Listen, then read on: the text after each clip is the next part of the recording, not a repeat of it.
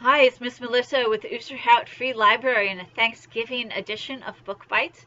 We have the first installment of Junie B., first grader, Turkeys We Have Loved and Eaten and Other Thankful Stuff, written by Barbara Park and published by Random House. One of the things I'm grateful for this Thanksgiving are Junie B. books. They're hilarious. We've got a bunch of them here at the library. You can come in and pick them up, or you can call ahead for no contact pickup. Now, the book has a lot of pieces that are her journal. So I'll tell you when I'm reading that part. And the book does start that way.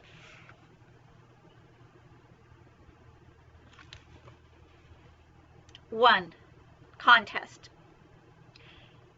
Monday. Dear First Grade Journal, today is the month of Thanksgiving. At Thanksgiving, we draw a lot of turkeys. Also, we draw pilgrims and Native Americans. They are eating at a table, usually. Both of them seem to enjoy squash.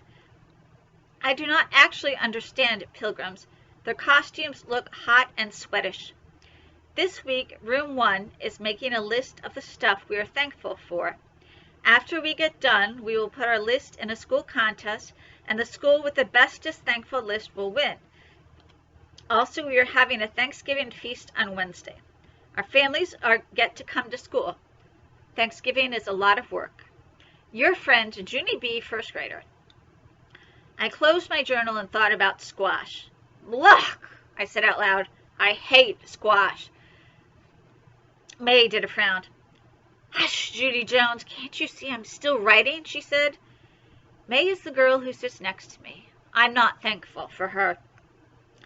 Just then, my teacher, Mr. Scary, stood up at his desk. Boys and girls, it's time to get started on our thankful list for the school contest, he said. Can everyone please put our journals away? Yes, we shouted back. Yes, yes. Then all the children slammed our journals, very happy. Slam, slam, slam, bam, bam. Mr. Scary sucked in his cheeks at us. He made us open our journals again. We had to shut them quietly. It was some sort of slamming lesson, I believe. Finally, he moved on. Okay, last night's homework was to write down some of the things you were thankful for, he said. He picked up a piece of chalk. Today I will start printing our thank you list on the board. We will work on the list today and tomorrow, and then we will enter it in the school thankful contest. A boy named Roger raised his hand. Do we get a prize if we win? He asked. I always try harder if there's a prize involved. Mr. Sky did a frown at him. We're not doing this for a prize, Roger, he said. We're doing this to celebrate the things we are thankful for. Roger tapped his fingers on his desk. So is that a yes or no on the prize? He asked. Mr. Scary stood there a minute. Then all of a sudden a smile came on his face. We did not expect that. Okay, fine, Roger, he said. I was going to let this be a surprise if we won. But yes, there is a prize for winning the contest. All of Room 1 perked up our ears. 'Cause who doesn't love prizes, of course? What is it? What is it? We called. What's the prize? Tell us, tell us. Mr. Sky walked back and forth, very thinking. He said he was not really supposed to tell us the surprise.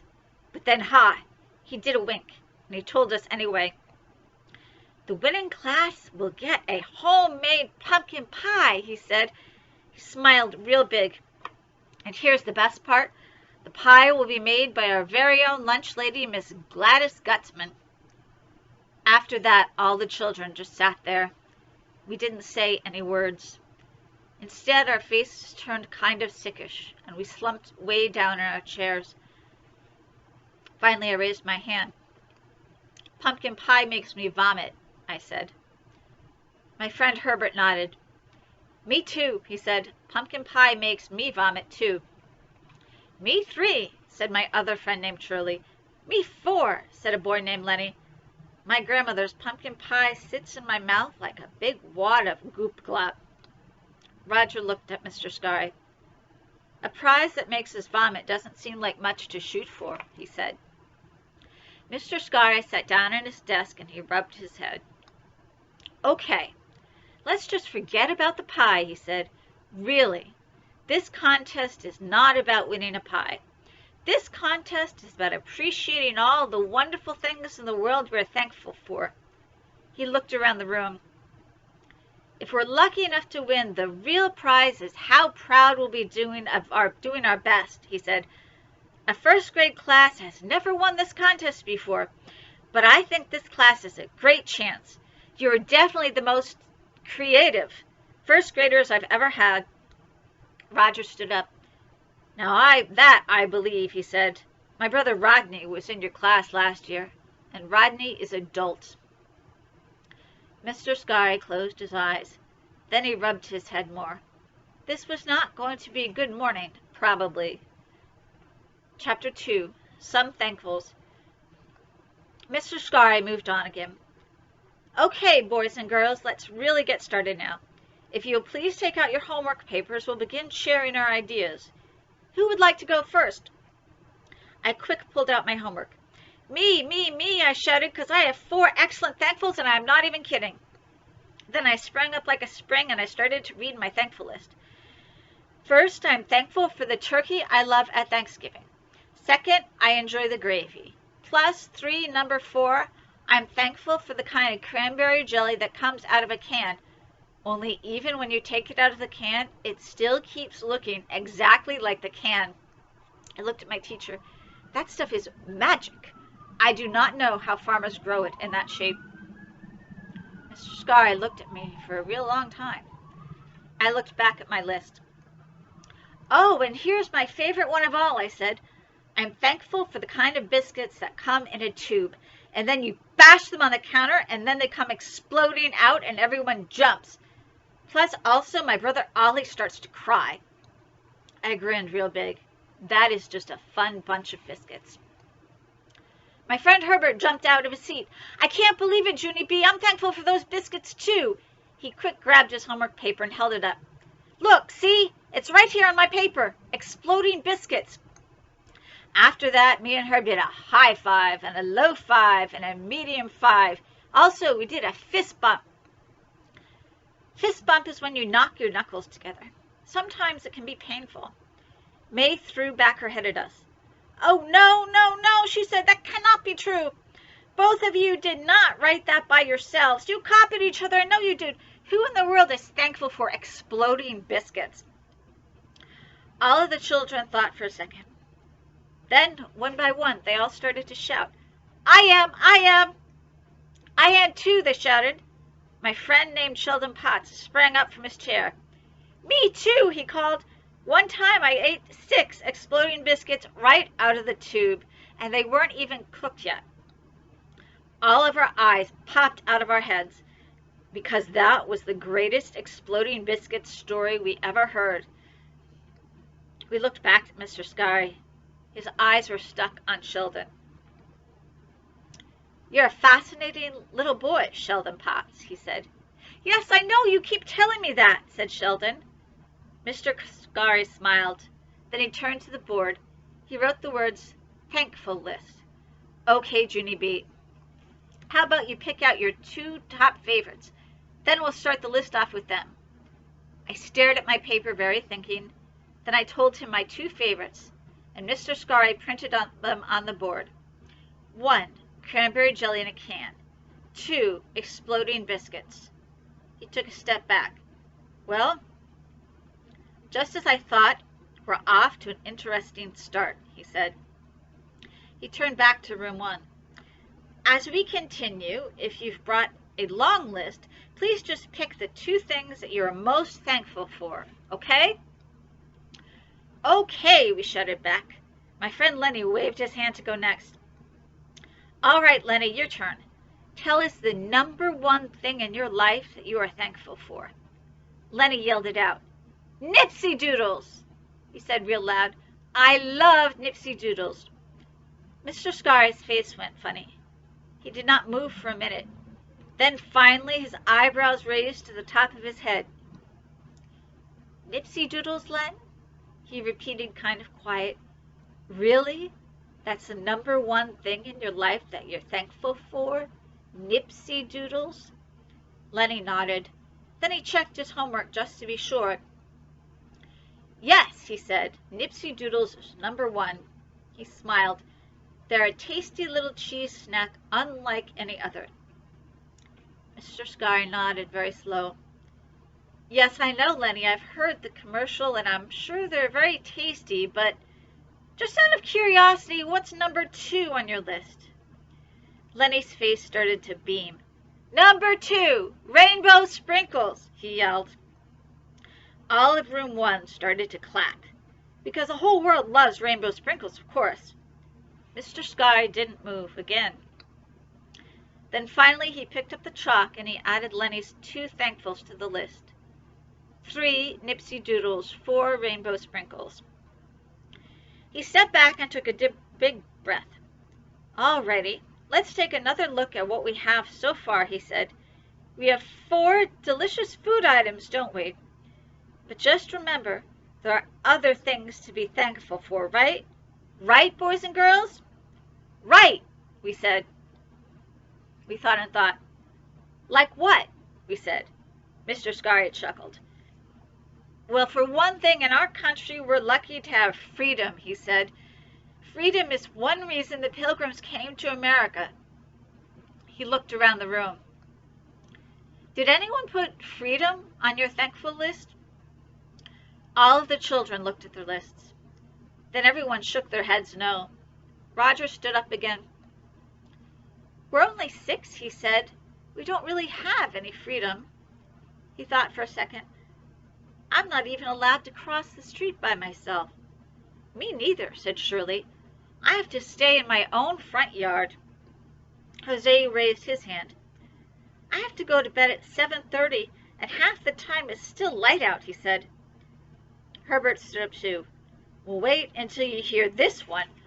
I have to eat cooked carrots or I don't get a cookie after dinner, he said. Just then Sheldon slapped his hand on his desk, and he shouted real loud, And I am forced to take a multivitamin, he hollered. Does that sound like freedom? Mr. Starry quick held up his hand. Okay, calm down, everyone. I get it, he said. He looked back at our thankful list. Then he nodded at us, very thoughtful. Boys and girls, you're absolutely right. You are first graders, and you can be thankful for whatever you want, he said. This list should be exactly what you want it to be. Not me, not the contest judges, not anyone else but you. He smiled. Thank you for showing me that, he said. You're welcome, we said back. We're a very polite group. Mr. Sky looked happy again. All right, who would like to go next, he said. And remember, whatever you say will be perfectly fine with me. Sheldon jumped up. Toilet paper! I am thankful for toilet paper, he shouted. Mr. Sky's eyes got big and wide, but he quick snapped out of it, and he printed the words on the board. Number 5, toilet paper, he said. Sheldon grinned real excited. We're going to win this contest for sure. He did a thumbs up at room 1, and then we all did a thumbs up back, except not actually Mr. Sky. 3, thankful bags. Tuesday. Dear First Grade Journal, today is still the month of Thanksgiving. But hooray, hooray, we're going to have show and tell for the whole entire day today. That is because yesterday Mr. Sky gave us thankful bags to take home with us. And today we had to bring them back with something we are thankful for.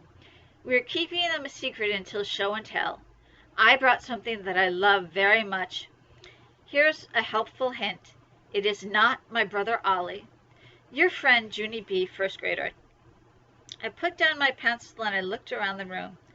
All of the children had their thankful bags next to their chairs.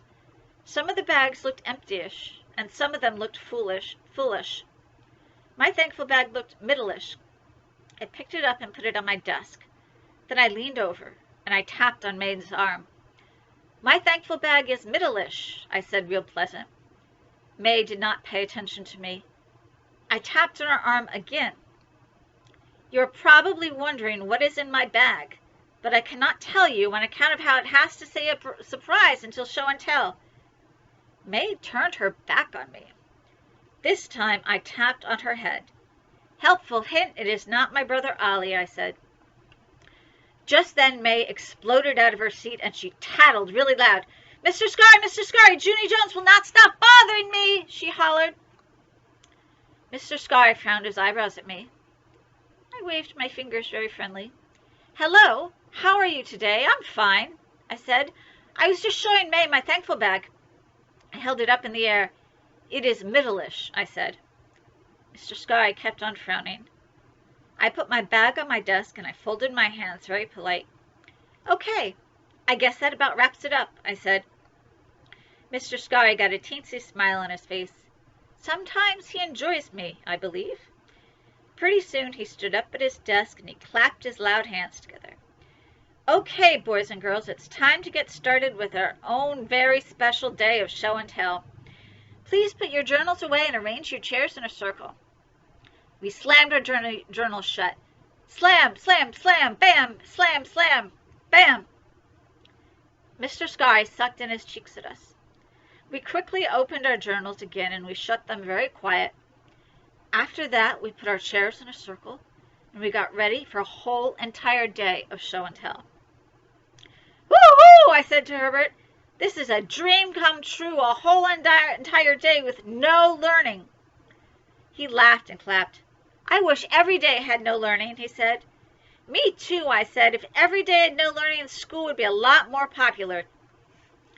May butted into our conversation. "Well, I am thankful for learning," she said.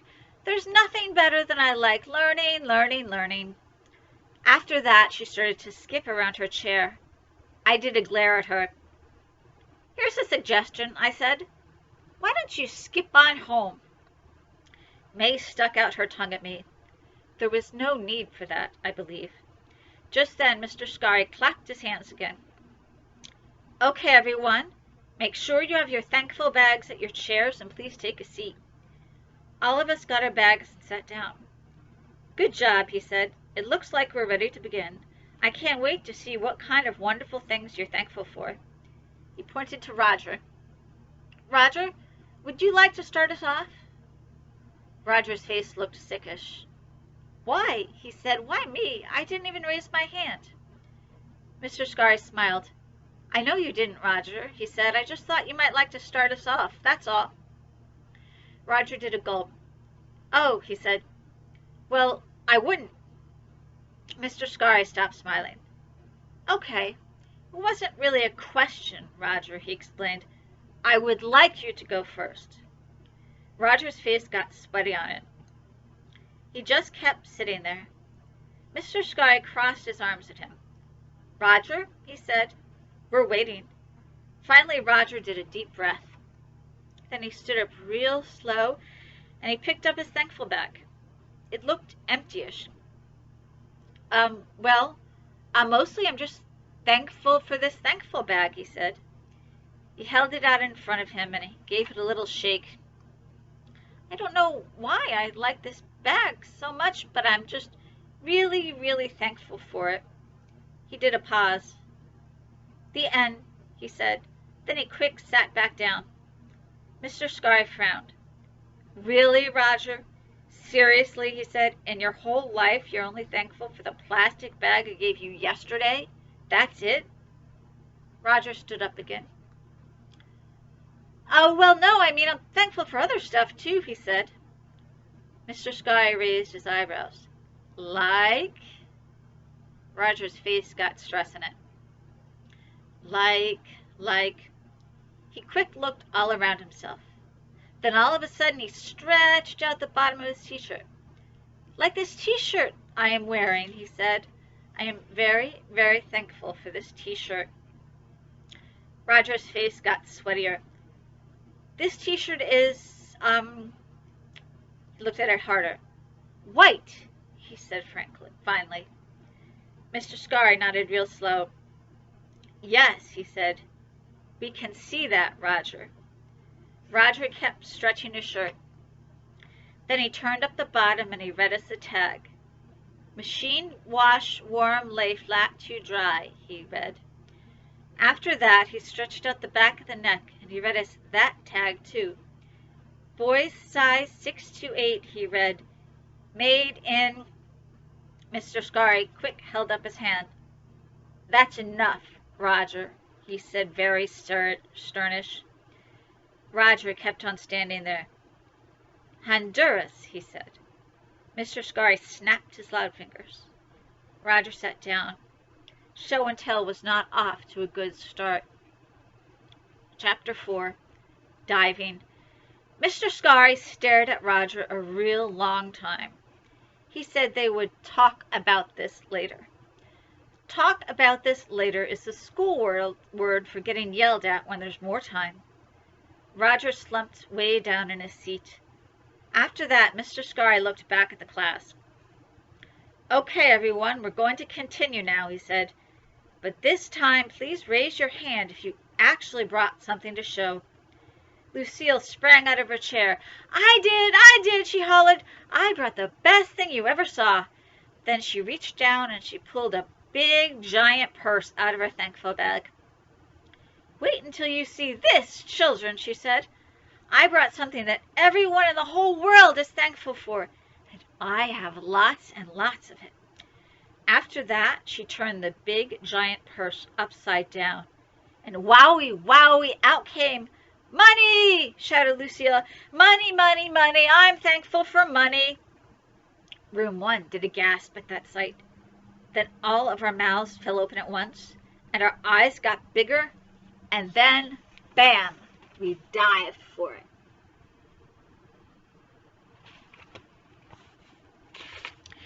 Money, we hollered, money, money, money. I started to grab. And it's the paper kind, I yelled. Lucille laughed real happy. Then she turned her thankful bag inside out, and more money fell on top of us. Whee! Woohoo! Yippee! We hollered.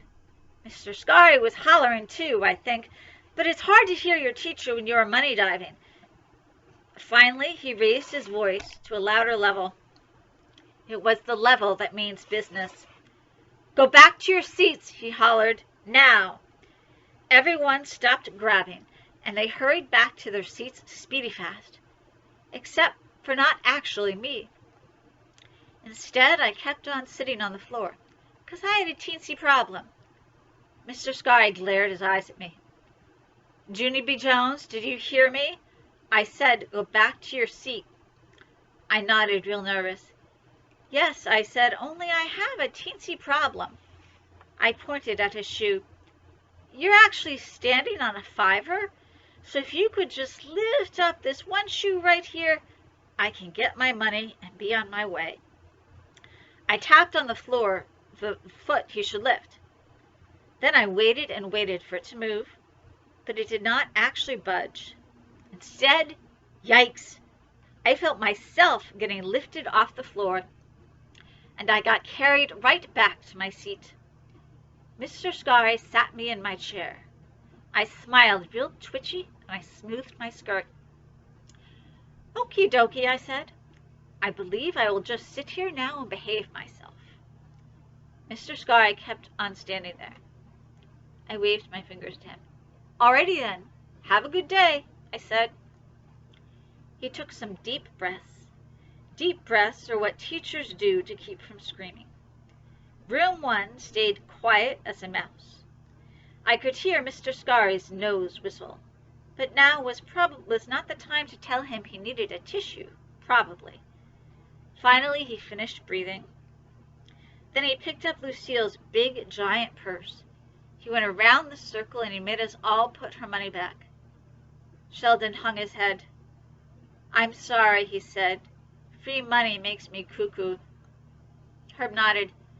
Me too, he said. Especially that paper kind. At my house, I don't even get an allowance. Me neither, said Roger. My parents expect me to live at home for free. Lenny rolled his eyes.